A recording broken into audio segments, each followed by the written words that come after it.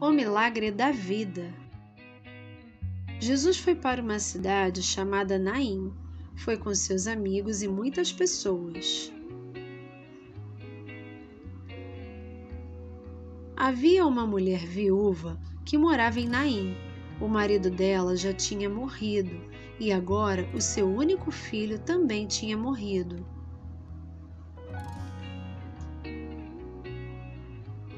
Quando Jesus chegou à porta da cidade, viu muitas pessoas e a viúva chorando muito pela morte de seu filho.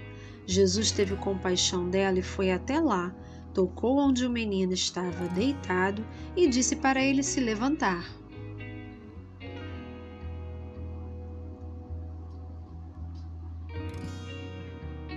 O menino se levantou e começou a falar. O povo ficou maravilhado.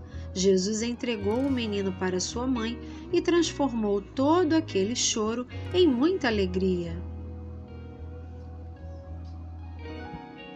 Esta história está na Bíblia, em Lucas 7, de 11 a 15. Agora vamos pensar no som das letras. O filho de quem tinha morrido? Da viúva. V, v. O som da letra V encontramos nas palavras ventilador, vassoura, vagalume. V, v, v. A. Juntando os dois sons, temos o pedacinho vá, que encontramos nas palavras vaso e vaca. V, v, v. I. Juntando os dois sons, temos o pedacinho vi, que encontramos em 20 e violão. V, v, v. O. Juntando os dois sons, temos o pedacinho vô ou vó, que encontramos nas palavras ovo e vovó.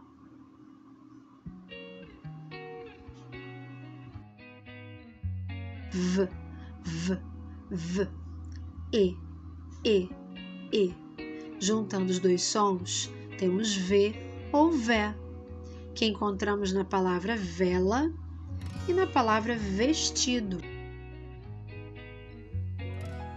V, v, v. U. Juntando os dois sons, temos o pedacinho vu, que encontramos na palavra fervura e vulcão.